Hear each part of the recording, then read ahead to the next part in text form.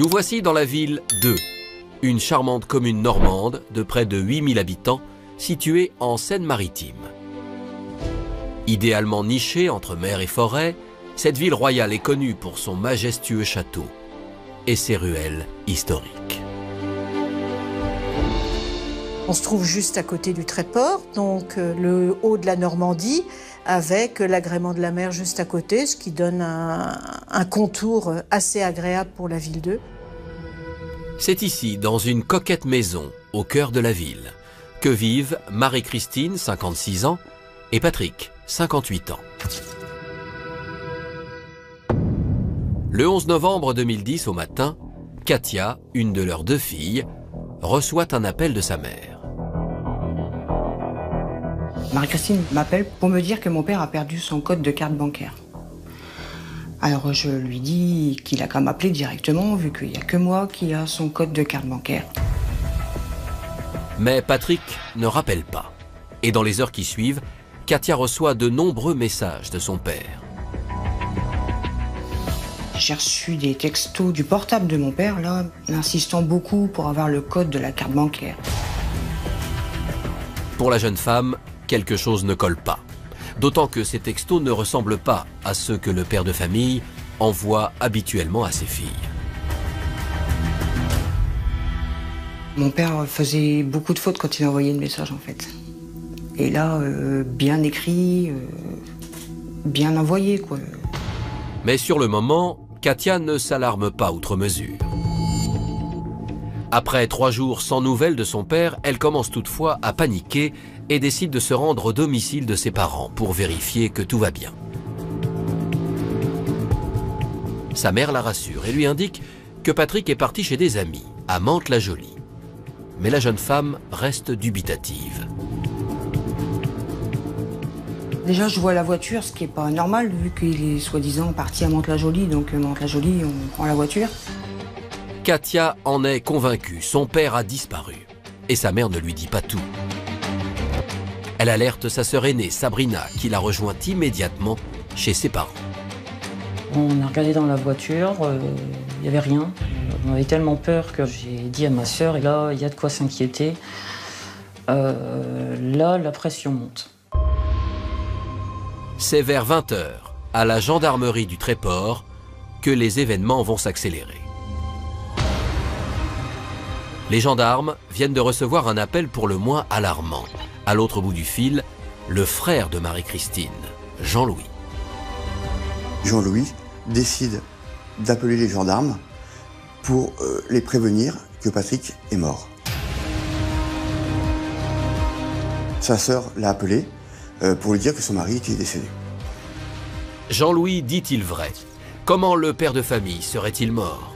Et pourquoi Marie-Christine l'aurait-elle caché à ses filles?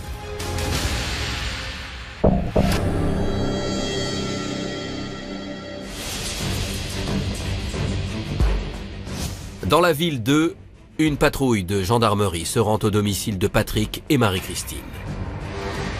Au fond de la pièce, servant d'entrée, ils font une terrible découverte.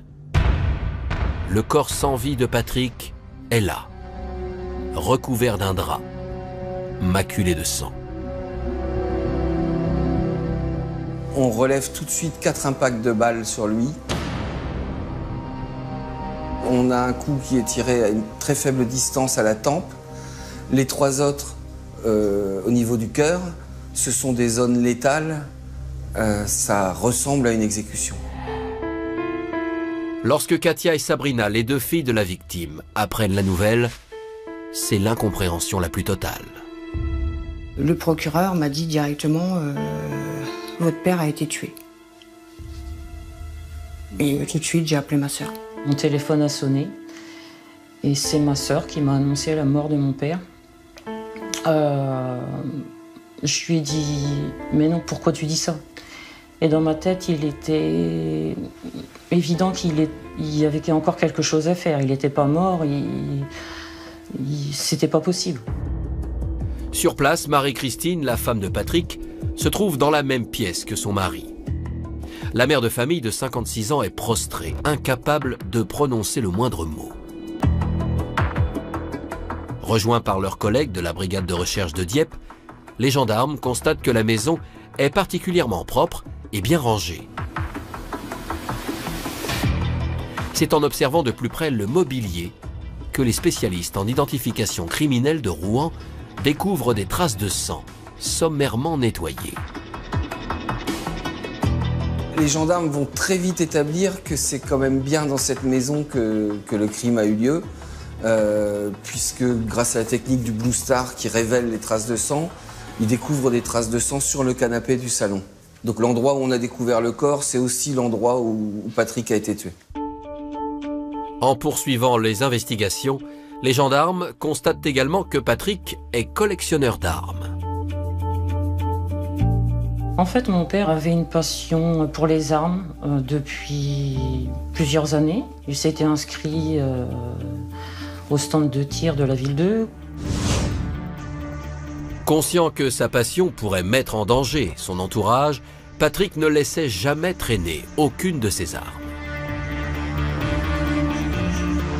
Toujours les clés bien rangées, les balles d'un côté, les fusils de l'autre, parce qu'il avait toujours peur qu'un des petits-enfants, on ne sait jamais, puisse avoir une arme qui était encore armée alors que ça n'a jamais été le cas.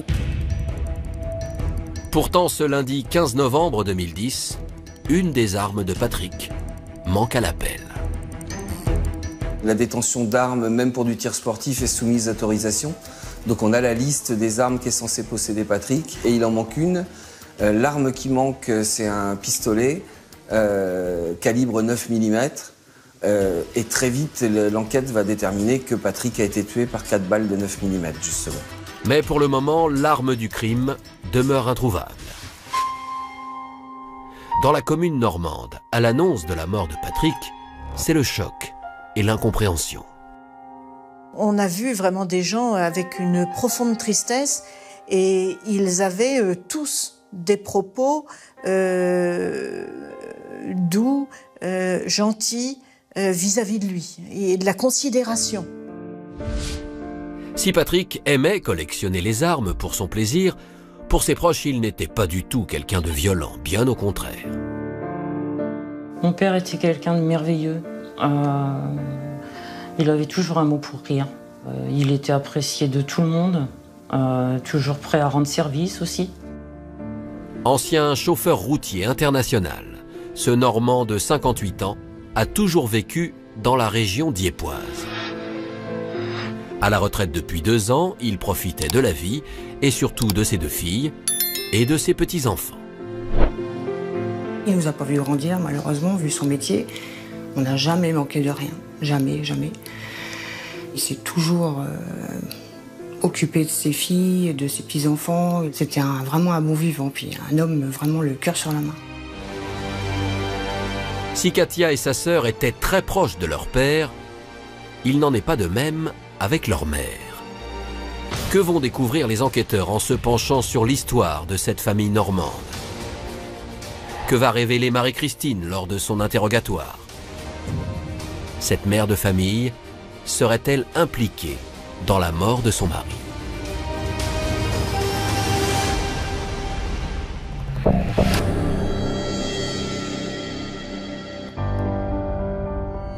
À la gendarmerie du Tréport, les enquêteurs s'intéressent de plus près à Marie-Christine, qui fait à présent figure de suspecte numéro 1. À 56 ans, Marie-Christine est une enfant du pays, et la mère de la ville 2 la connaît bien. C'est une femme qui est à la mairie employée au ménage sur le bâtiment administratif. Physiquement, Marie-Christine apparaît comme une petite femme, assez frêle, mais elle cache un fort caractère. La maire de la ville se souvient notamment que la femme de ménage exerçait une forte autorité sur ses collègues. Cette autorité se manifestait sous forme de peur. Ils ne voulaient pas, quand il y avait quelque chose, le dire à Marie-Christine parce qu'ils avaient peur de se faire disputer. Ils étaient sous sa coupe et craignaient ses réactions. Ces derniers temps, au dire de ses collègues, la quinquagénaire avait un comportement étrange. J'ai vu le personnel, ses collègues, la chercher pendant des heures et ne pas la trouver. Et là, elle se cachait dans les greniers de façon à passer ses coups de téléphone avec son téléphone portable. Et pendant ce temps-là, elle ne faisait pas équipe avec les autres. Une attitude que peut expliquer la dernière découverte des enquêteurs normands. Marie-Christine avait un amant et apparemment tout le monde à la mairie était au courant. C'est quelqu'un qui avait son camion de routier et qui donnait un gros coup de klaxon pour la prévenir qu'il était là. Tous les gens qui avaient bureau sur ce côté-là le savaient. En garde à vue, Marie-Christine nie avoir tué son mari. Elle donne alors plusieurs raisons pour expliquer sa mort, mais aucune ne tient la route. Après plusieurs heures et de multiples versions, la mère de famille finit par craquer. Et donc elle va très vite admettre avoir tué son mari, en se justifiant aussitôt, en disant qu'elle était une femme battue. Mais les enquêteurs restent dubitatifs, car aucune plainte n'a jamais été déposée pour violence conjugale. Les gendarmes entendent donc les proches de la famille pour vérifier ces dires. Le 16 novembre, ils auditionnent les deux filles du couple, Katia et Sabrina. J'ai été surprise qu'on me demande constamment si j'avais vu mon père taper Marie-Christine. Donc je lui disais bah non, j'ai jamais rien vu. Mais enfin, vu la corpulence de mon père, ses mains et à cette époque-là, son gabarit à elle, je pense que ça se serait vu et de toute façon, mon père n'était pas violent. Mon père n'a jamais levé la main sur ses filles, encore moins sur elle. Et il n'y a jamais eu de certificat médical de donner ou quoi que ce soit. Plusieurs proches vont d'ailleurs confirmer cette version. Même constat chez les voisins du couple. Les témoignages dans le quartier vont dire qu'en effet c'était un couple qui allait mal et depuis longtemps. Mais les voisins vont dire qu'à leur connaissance, Marie-Christine n'a jamais été frappée par Patrick. Marie-Christine était-elle une femme battue qui a voulu se venger? Ou est-ce une toute autre raison qui l'aurait poussée à tuer son mari?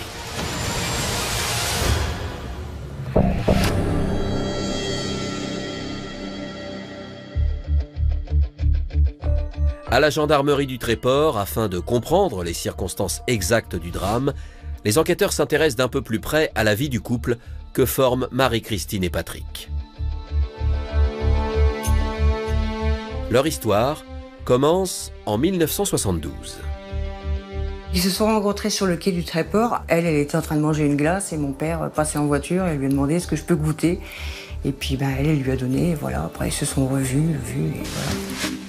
Marie-Christine et Patrick s'installent rapidement ensemble et donnent naissance à Sabrina en 1975, puis à Katia 2 ans plus tard. Les deux filles vivent une enfance heureuse dans la campagne normande. Pourtant, Sabrina se sent délaissée par sa mère. Contrairement à sa sœur cadette, elle se réfugie dans les bras de son père. J'ai toujours été proche de lui et d'ailleurs c'est lui qui m'a apporté beaucoup d'amour puisque j'en avais pas de la part de Marie-Christine. Enfin, je me baladais toujours avec lui, je me promenais toujours sur ses épaules. Patrick et Marie-Christine semblent heureux et épanouis en ménage. Mais peu à peu, le romantisme des débuts laisse place aux disputes incessantes. Depuis que Patrick est à la retraite, le couple est même au bord du gouffre. C'est un couple qui allait très mal, le couple de Marie-Christine et de Patrick, et qui allait très mal depuis de longues années. Ils en étaient arrivés à communiquer par des petits morceaux de papier qui se laissaient sur la table de cuisine. À tel point que chacun mène une vie parallèle. Marie-Christine avait un amant et avait pris un appartement dans le centre d'eux, sans pour autant y vivre. Patrick avait de son côté une maîtresse depuis 6 mois, avec laquelle il comptait bien s'installer. Un projet dont il avait fait part à son épouse. On a su qu'il avait rendez-vous le 16 novembre pour un appartement. Et je pense que quand il lui a dit ça, il a signé son arrêt de mort. Marie-Christine n'aurait pas supporté que Patrick la quitte, elle qui au quotidien avait l'habitude d'avoir une main mise sur son mari. Elle était un véritable tyran avec mon père. C'était affolant. J'ai été obligée de voir mon père en cachette parce qu'elle ne supportait pas que j'ai un contact avec mon père. Et d'ailleurs, elle l'a coupé de tout. Il ne pouvait plus voir sa famille comme il voulait, ses amis aussi. En garde à vue, Marie-Christine livre un récit des faits pour le moins glaçant. Elle affirme aux enquêteurs avoir tué son mari 5 jours avant la découverte du corps, le 10 novembre 2010, alors qu'il sommeillait sur son canapé. Marie-Christine rentre du travail et elle raconte aux enquêteurs qu'elle surprend une conversation entre Patrick et une autre femme. Cela ne lui plaît pas du tout. Patrick avait un peu bu, il s'est endormi dans le canapé en regardant la télé. Et puis voilà, elle va expliquer qu'elle a eu une sorte de bouffée de violence, qu'elle n'en pouvait plus, qu'elle avait atteint un point de non-retour, qu'elle a fouillé parmi les armes de Patrick, qu'elle a trouvé ce pistolet, qu'elle a tiré d'abord à la tempe. Puis 3 autres balles sont tirées. 2 au niveau de la poitrine et 1 au cœur. La mère de famille n'a laissé aucune chance à son mari. Elle fait ensuite preuve d'un sang-froid déconcertant. Ensuite, elle traîne le corps jusque dans la cour pour pouvoir nettoyer le salon et la maison. Après avoir nettoyé la scène de crime et jeté l'arme à la poubelle, Marie-Christine continue de mener une vie normale.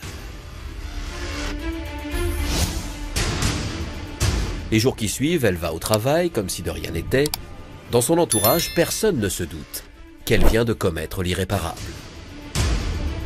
On a été faire des courses ensemble et on a vu un des frères à mon père.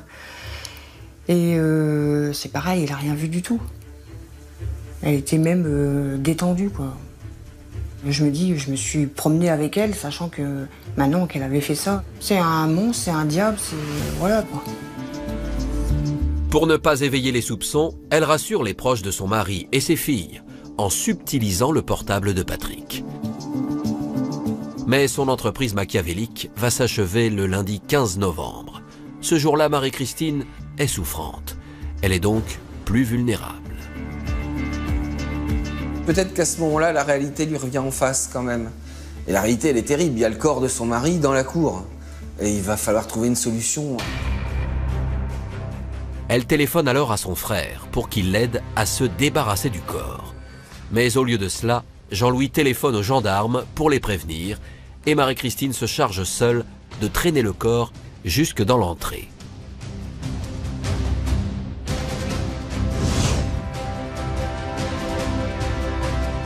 Après 48 heures de garde à vue, la mère de famille de 56 ans est mise en examen pour meurtre et tentative d'assassinat. Marie-Christine a-t-elle pour autant tout dit aux enquêteurs? A-t-elle vraiment agi sur un coup de folie?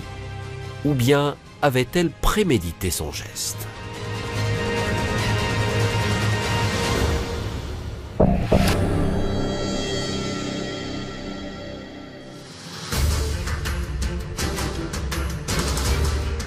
À la police judiciaire de Rouen, les enquêteurs vont maintenant devoir vérifier les déclarations de Marie-Christine.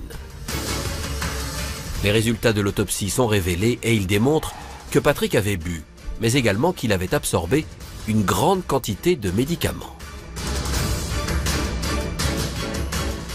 Ce qui est important de noter, c'est qu'on retrouvera dans les analyses toxicologiques de la victime des traces de médicaments sédatifs, hypnotiques, médicaments qui pour certains sont pris par la victime, mais pour certains sont pris par Marie-Christine. Des résultats d'autant plus intrigants que Patrick prenait peu de médicaments. La plupart de ceux présents dans la maison appartenaient en effet à Marie-Christine. Ces derniers mois, leur fille avait d'ailleurs remarqué des événements anormaux. Mon père avait changé physiquement, il était boursouflé, fatigué, il avait du mal à marcher. Il m'avait fait part du fait qu'il pouvait être empoisonné. Donc dans un premier temps, il s'est aperçu que en fait, ça avait été un médicament changé par un autre. Et après, ça a été le café qui était imbuvable. À chaque fois qu'on buvait un café le matin, il y avait carrément une pellicule blanche au fond de la casserole. Et le café, il était imbuvable. Patrick s'était d'ailleurs confié à sa fille Sabrina. Mon père m'avait dit, et ça me restera toujours marqué, il m'avait dit, Sabrina, si un jour il m'arrive quelque chose, demande à ce qu'on me fasse faire une autopsie. Si les enquêteurs pensent à une tentative d'empoisonnement, rien ne permet de le prouver. À la fin de l'instruction, la préméditation n'est donc pas retenue. Mais plusieurs zones d'ombre subsistent toujours, notamment cette question de l'arme du crime, jamais retrouvée, malgré les nombreuses fouilles des gendarmes dans tout le secteur. Les gendarmes interviennent sur la scène de crime 5 jours après. Ce qui signifie par conséquent que le criminel a 5 jours d'avance pour maquiller sa scène de crime, pour tenter de faire disparaître le cadavre et pour tenter de faire disparaître les pièces à conviction. Ce revolver a pu finir à l'égout, à la poubelle. Des recherches sont faites d'ailleurs à la décharge d'Auqueménil, en vain. Cette arme a disparu de la circulation. Un autre point intrigue les enquêteurs. Le coup de téléphone prétendument donné par Patrick à sa maîtresse le soir du drame et qui aurait tout déclenché. Les gendarmes n'en trouvent aucune trace dans les relevés téléphoniques. Le mobile du crime devient dès lors de plus en plus flou. Marie-Christine a une personnalité extrêmement forte et Patrick, quelque part, est un peu sa chose. Il fait ce qu'elle veut. Pour la première fois, Patrick ne va pas faire ce qu'elle veut puisqu'il a décidé de rompre la vie commune pour entamer une vie commune harmonieuse avec son ami. Mais pour Katia, la fille du couple, le mobile est ailleurs. Pour moi, c'est l'argent. Elle était très obsédée par l'argent. Déjà, le lendemain, demander le code, c'est que, voilà, est-ce qu'elle voulait partir quelque part et puis, voilà, prendre de l'argent de notre père et puis partir du jour au lendemain comme ça et puis se débarrasser du corps. Pour moi, le mobile, c'est l'argent. Ces questions restées en suspens seront des enjeux importants du procès à venir. Katia et Sabrina obtiendront-elles toutes les réponses à leurs interrogations? Quelle sera leur réaction quand leur mère fera son entrée dans le box des accusés?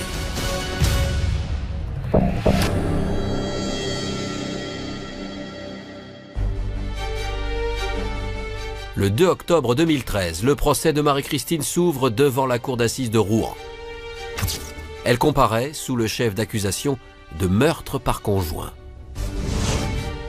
Après presque 3 ans de détention, la mère de famille, qui a maintenant 59 ans, se retrouve face à face avec ses 2 filles.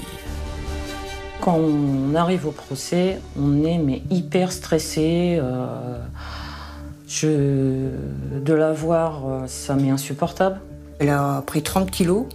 Sa coiffure n'est plus du tout la même. Déjà, je ne l'ai pas reconnue, moi. Quand je suis arrivée, je ne l'ai pas reconnue du tout.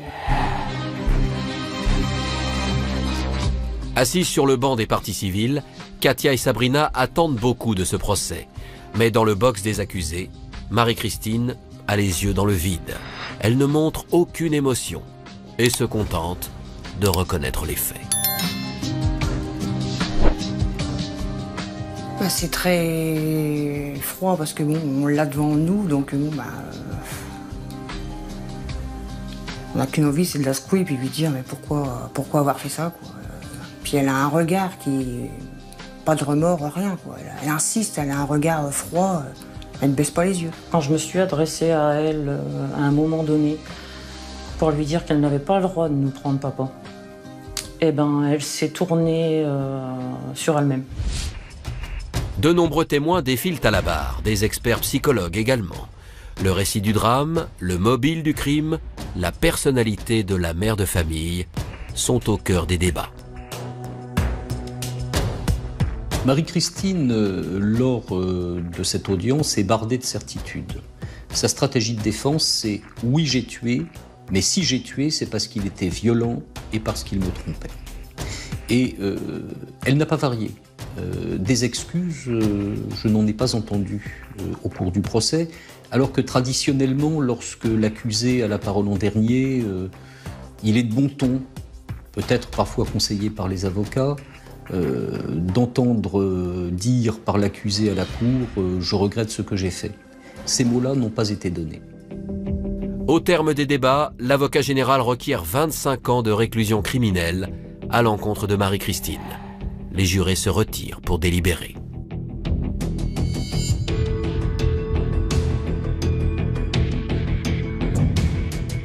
À l'annonce du verdict, la tension est palpable. Marie-Christine est finalement condamnée à 20 ans de prison. 20 ans, je me dis, c'est pas assez parce qu'on fait vite le calcul. On se dit avec les jeux des remises de peine, elle va être dehors plus tôt que prévu. Donc c'est pas juste. Papa est au cimetière. En avril 2016, lors de son procès en appel, la peine de Marie-Christine est confirmée.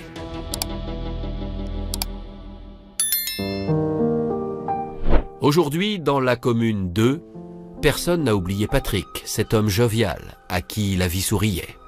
Ses filles, Katia et Sabrina, se consolent en repensant à tous ces moments de bonheur qu'ils ont partagés. C'est vrai que c'est un bout en train qui savait tout le temps amuser. Il savait nous faire rire, il avait toujours quelque chose à faire et puis il nous manque beaucoup. Papa, si tu savais à quel point tu nous manques, tu fais un grand vide dans notre vie. Tu nous manques tous les jours. Les petits-enfants, c'est pareil. Et c'est une souffrance au quotidien. Je t'aime, papa.